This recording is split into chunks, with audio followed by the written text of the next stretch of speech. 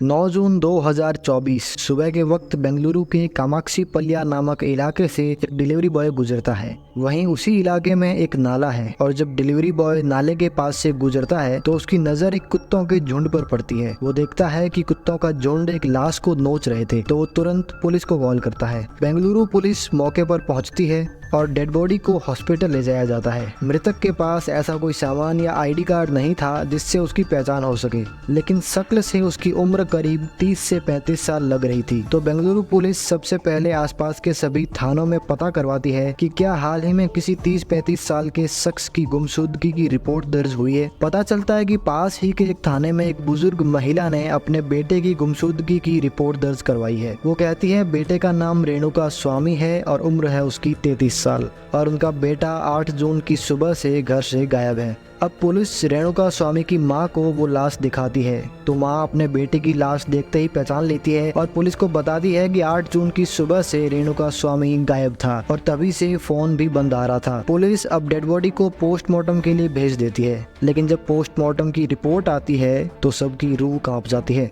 Report से पता चलता है कि रेणुका स्वामी की हत्या हुई है, लेकिन हत्या से पहले उसका जबड़ा तोड़ दिया गया था, उसकी जबान काट ली गई थी और उसकी पूरी बॉडी में 15 से ज्यादा गहरे घाव थे। अब पुलिस रेणुका स्वामी के बारे में पूछताछ करती है तो पता चलता है कि वो किसी फार्मा कंपनी में काम करता था। सीधा साधा और शरीफ इंसान था, उसकी किसी से भी कोई भी दुश्मनी नहीं थी। अब पुलिस को ना तो हत्यारा मिल रहा था और ना ही हत्या की कोई वजह। इसी वजह से रेणुका स्वामी के मर्डर की फाइल बंद होने ही वाली थी कि अगले ही दिन यानी 10 जून को पुलिस स्टेशन में 3 लोग आते हैं और वो तीनों कहते हैं कि रेणुका स्वामी की हत्या हमने की है। वो बताते हैं कि हमारा और रेणुका स्वामी का पैसों की लेन देन को लेकर कोई हिसाब था और इसी को लेकर अनबन हुई और लड़ाई के चलते हमने इसकी हत्या कर दी। अब क्योंकि पुलिस के पास किसी दूसरे आदमी पर कोई शक नहीं था और ये तीनों लोग अपना जुर्म कबूल कर रहे थे तो उन्हें तुरंत गिरफ्तार कर लिया जाता है। लेकिन तभी उसी समय वहाँ के एसीपी उस थाने में आते हैं और जब उनको इस केस के बारे में पता चलता है तो उनको ये बात हजम नहीं होती कि जब पुलिस को इन पर शक नहीं था तो ये तीनों ने आकर सरेंडर क्यों किया। अगर इन्हें सरेंडर ही करना होता तो ये हत्या के तुरंत बाद थाने आकर भी अपना जुर्म कबूल कर सकते थे, लेकिन इन्होंने ऐसा नहीं किया। इसी शक के आधार पर एसीपी उन तीनों से अलग अलग पूछताछ करते हैं कि तुमने रेणुका स्वामी को क्यों और कैसे मारा, तो तीनों के जवाब अलग अलग थे। अब एसीपी को ये कंफर्म हो गया था कि ये तीनों झूठ बोल रहे हैं और इसके पीछे कोई चौथा शख्स भी है। तो इसके पीछे की सच्चाई पता करने के लिए एसीपी उस थाने के पुलिस कर्मियों को ऑर्डर देते हैं कि इन तीनों के मोबाइल चेक करो और साथ ही मृतक रेणुका स्वामी का भी मोबाइल चेक करो। तो जब पुलिस ने इनके मोबाइल फोन से पिछले दिनों की लोकेशन ट्रेस की तो पता चला कि ये सब लोग हत्या वाली जगह पर मौजूद थे। मतलब साफ था कि हत्या में ये तीनों लोग शामिल थे।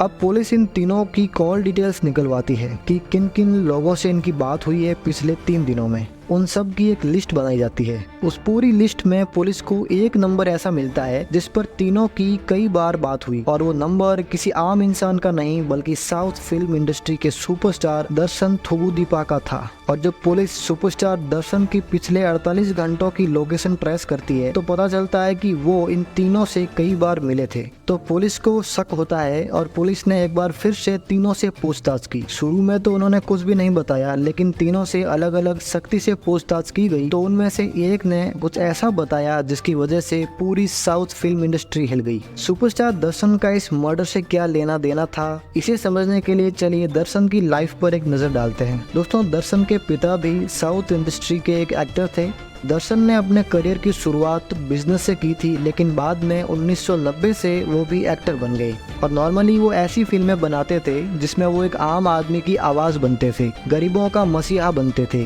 और इसी के चलते उन्होंने अपनी अच्छी खासी फैन फॉलोइंग बना ली थी। साल 2003 में उनकी शादी विजया लक्ष्मी से हुई और उनका एक बेटा भी हुआ। यूँ तो समाज के सामने तो उनकी शादीशुदा जिंदगी बहुत ही अच्छी चल रही थी, लेकिन हकीकत कुछ और थी और इस हकीकत का पता पब्लिक को तब लगा जब साल 2011 में विजया लक्ष्मी ने अपने हस्बैंड दर्शन पर मारपीट और अटेम्प्ट टू मर्डर का केस कर दिया था। इसी के चलते साल 2011 में दर्शन को 14 दिन के लिए जुडिशियल कस्टडी में भी रखा गया था और कुछ साल बाद साल 2016 में विजया लक्ष्मी ने हस्बैंड दर्शन पर गलत बिहेवियर का आरोप लगाते हुए एक और पुलिस कंप्लेंट की थी। इसके अलावा साल 2021 में दर्शन पर एक होटल की वेटर को पीटने का भी आरोप लगा, पर बाद में दर्शन ने सीसीटीवी फुटेज डिलीट करवा दी और वेटर क्रिएटर को 50,000 रुपए देकर मामला दबा दिया। इसके अलावा साल 2022 में एक फिल्म प्रोड्यूसर भारत ने दर्शन के खिलाफ एक पुलिस कंप्लेंट में कहा था कि दर्शन ने उसे जान से मारने की धमकी दी है। और साल 2023 में दर्शन की एक पड़ोसी ने भी ये आरोप लगाया था कि गाड़ी की पार्किंग को लेकर एक बहस में दर्शन ने उन पर कुत्तों से हमला करवाने की धमकी दी है। दोस्तों, इन सब आरोपों से ये तो साफ है कि दर्शन हमेशा कंट्रोवर्सी से घिरे रहते थे। इन सब आरोपों के अलावा एक और बात ऐसी थी जिसको लेकर दर्शन हमेशा चर्चा में बने रहते थे, और वो ये थी कि दर्शन का एक शादीशुदा एक्टर और मॉडल पवित्रा गौड़ा के साथ एक्स्ट्रा मैरिटल अफेयर। दरअसल पवित्रा और दर्शन करीब 10 साल पहले किसी फिल्म के सिलसिले में मिले थे और बाद में वो दोनों रिलेशनशिप में आ गए। शायद पवित्रा गौड़ा ही वो वजह थी जिसकी वजह से दर्शन का उनकी पत्नी विजया लक्ष्मी से लड़ाई होती रहती थी, लेकिन उनके इस एक्स्ट्रा मैरिटल की खबर उन्होंने कभी भी पब्लिक नहीं करी थी। फिर नवंबर 2023 में एक दिन पवित्रा गौड़ा ने अपनी बेटी के बर्थडे का एक वीडियो शेयर किया जिसमें उनके साथ दर्शन भी केक कटवाते और डांस करते नजर आ रहे थे। ये वीडियो देखकर उनका पवित्रा गौड़ा के साथ अफेयर को लेकर बातें होने लगी थी। तभी कुछ महीने बाद पवित्रा ने एक और वीडियो सोशल मीडिया पर शेयर किया जिसमें वो दर्शन के साथ वेकेशन एंजॉय करती दिख रही थी। इस वीडियो के बाद ये कंफर्म हो गया था कि शादीशुदा होने के बावजूद दर्शन और पवित्रा पिछले 10 साल से रिलेशनशिप में हैं। अब जैसे ही वीडियो आया, दर्शन के फैंस जो उन्हें अपना भगवान मानते थे वो 2 गुटों में बंट गए। एक गुट दर्शन के इस रिश्ते को सपोर्ट कर रहा था, वहीं दूसरा गुट उनके एक्स्ट्रा मैरिटल अफेयर का विरोध कर रहा था। और इसी के चलते पवित्रा की पोस्ट के कमेंट सेक्शन में बहुत सारी गालियां आने लगी। दर्शन के डाई हार्ड फैंस से उन्हें बहुत सारा हेट मिलने लगा और इन्हीं डाई हार्ड फैंस में से एक था कर्नाटका के चित्रदुर्ग में रहने वाला 33 साल का रेणुका स्वामी। जी हाँ, वही रेणुका स्वामी जिसकी लाश नाले के पास से मिली थी। दरअसल रेणुका स्वामी भी दर्शन के उन फैंस में से था जिसे दर्शन और पवित्रा का अफेयर गलत लगता था और वो अक्सर अपनी फेक आईडी से पवित्रा की पोस्ट पर हेट कमेंट्स करता था, लेकिन उसे बिल्कुल भी अंदाजा नहीं था कि यही कमेंट्स उसकी मौत का कारण बनने वाले हैं। तो ऐसे ही एक दिन रेणुका स्वामी ने पवित्रा की एक पोस्ट पर उसके दर्शन के साथ रिलेशन को लेकर कमेंट किया था और इत्तेफाक से पवित्रा ने वो कमेंट पढ़ लिया और उसे पढ़कर पवित्रा आग बबूला हो गई और उसने गुस्से में आकर उसे रिप्लाई किया कि time will answer, just wait and watch. और अब उसने दर्शन को जाकर कहा कि इन जैसे लोगों को सबक सिखाना बहुत जरूरी है, मुझे बहुत ज्यादा हेट मिल रहा है, तुम इसका कुछ करो। पवित्रा की बार बार उकसाने पर दर्शन ने कहा कि ठीक है, मैं इसका इलाज करता हूँ। और फिर दर्शन ने एक बंदे राघवेंद्र से कहा कि ये आईडी किसकी है पता लगाओ। राघवेंद्र दर्शन का एक फैन पेज चलाता था। राघवेंद्र ने एक लड़की की फेक आईडी बनवाई और रेणुका स्वामी से चैट करने लगा। बातों ही बातों में रेणुका स्वामी ने अपना असली नाम और अपना एड्रेस राघवेंद्र को बता दिया। अब राघवेंद्र ने दर्शन को बताया कि ये बंदा रेणुका स्वामी है और ये इसका एड्रेस है। तो अब दर्शन ने उसे 30 लाख रुपए देते हुए कहा कि इसे किडनैप करके बेंगलुरु ले आओ। अब 8 जून की सुबह चित्रदुर्गा में जब रेणुका स्वामी अपने फार्मा ऑफिस के लिए जा रहा था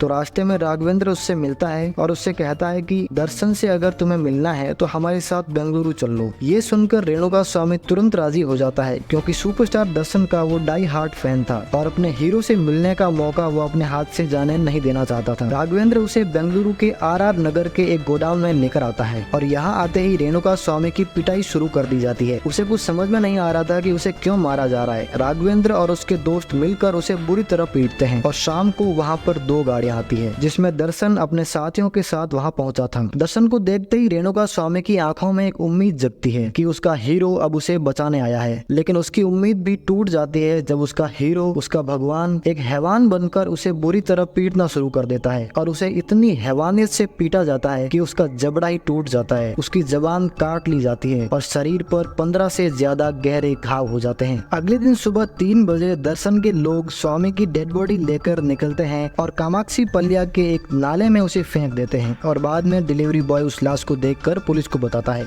दर्शन ने ये बिल्कुल भी नहीं सोचा था कि इतनी जल्दी रेणुका स्वामी की लाश पुलिस को मिल जाएगी, लेकिन जैसे ही उसे पता चलता है तो दर्शन 3 लोगों को तैयार करवाता है जो पुलिस स्टेशन जाकर रेणुका स्वामी के मर्डर का इल्जाम अपने सर ले लेते हैं और इसके बदले में दर्शन तीनों को 5-5 लाख रुपए भी देता है। उसको लगा कि ऐसा करने से ये केस क्लोज हो जाएगा और उसका नाम कहीं भी नहीं आएगा, लेकिन उसकी इसी हरकत की वजह से वो फंस गया। दोस्तों, जब पुलिस ने दर्शन के खिलाफ जांच शुरू की तो यहाँ पर ACP को बहुत ही अच्छे से पता था कि सुपरस्टार दर्शन कोई छोटा मोटा आम इंसान नहीं है। उसकी फैन फॉलोइंग तो बहुत अच्छी है ही, उसके साथ ही उसकी पॉलिटिकल पहुंच भी काफी ऊपर तक है। तो उन्हें इस केस की जांच के समय ऊपर से बहुत ही प्रेशर आएगा और इस इसके अलावा मोटी रिश्वत, धमकियां ये सब भी आएंगी। लेकिन यहाँ पर अच्छी बात ये थी कि एसीपी एक ईमानदार ऑफिसर थे और इनको कमिश्नर का भी पूरा सपोर्ट था। तो इन्होंने आगे की जांच शुरू की और जांच के बाद जो खुलासा हुआ उसने पूरी साउथ फिल्म इंडस्ट्री को हिला कर रख दिया। और पुलिस के अनुसार इस हत्या के मामले का मुख्य आरोपी पवित्रा है और दर्शन को मिलाकर कुल 17 लोगों को पुलिस ने अब तक गिरफ्तार कर लिया है।